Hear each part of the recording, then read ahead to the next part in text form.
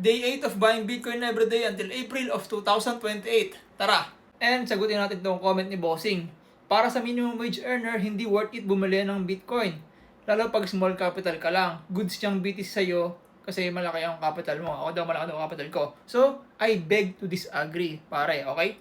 Number 1. Ano ba yung basis mo para masabi na hindi worth it mag-invest sa isang bagay? Kung yung basis mo na para maging worth it lang yan is kapag naglagay ka dyan ng small amount, over the period of time is magiging milyonaryo ka na after a couple of years, and yes, agree ako, hindi para sa yung Bitcoin, hindi worth it yan. Pero kung yung purpose mo, yung mga small amount na nilalagay mo sa Bitcoin is kumita man lang, tumubo for over a period of time, magdoble man yan, at least, okay? Sobrang worth it nun, pare. Wala kang makikitang investment vehicle outside na kayang madoble, matriple yung pera mo in a span of 2 to 3 years, di ba? Ito let's say for example, ikaw yung minimum wage earner, hindi ka breadwinner Ibang usapan kapag breadwinner, may pamilya, may binubuhay na iba. Kasi hindi talaga kasya yun, pre. Minimum wage tapos may binubuhay ka pa. So this video is para sa mga minimum wage earner na hindi breadwinner. Yung sarili lang nila, yung iniintindi nila. Okay?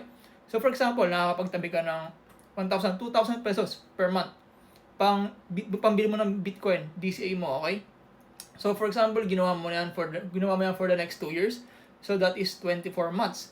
24 months times 2,000 per month, that is 48,000 pesos. And let's say for example, ang naging average entry price mo sa BTC is around 80,000, okay, for that years.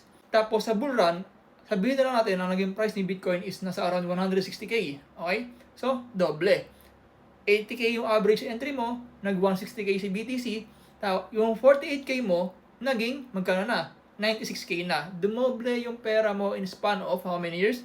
2 to 3 years. So, I don't think na makakakita ka ng ganyan sa labas. Stock market sa Pilipinas, wala. Ngayon, after that bull run, ibebenta mo yan, yung Bitcoin na yan. Tapos, maghihintay ka ulit ng right timing para bumili ulit. Hintayin mo ulit bumaba. So, yung 96k mo, huwag mo yung gastusin. Okay? Itabi mo yan. Kasi yan yung gagamitin mo para makaangat ka. Kahit nasa minimum wage ka pa lang right now. Stay ka lang sa trabaho mo. Stay ka lang sa pag-DCA ng Bitcoin. Next cycle, 96k mo. Kasi sabihin natin, times 2 na lang ulit. Magkano na yun? O almost 200k. Kung hindi ka pa nagdagdag, kung yung ginamit mo lang is yung profit mo sa BTC, paano kung nagdadagdag ka pa habang sumisweldo ka? Mas malaki yun. Sabihin natin, abutin ka na ng 300k. Dalawang cycle na. Isang cycle pa, 300k mo, times 2 ulit, 600k na. Quick money ba siya? Madali ba siya? Hindi, pre, ang tagal nun. Pero,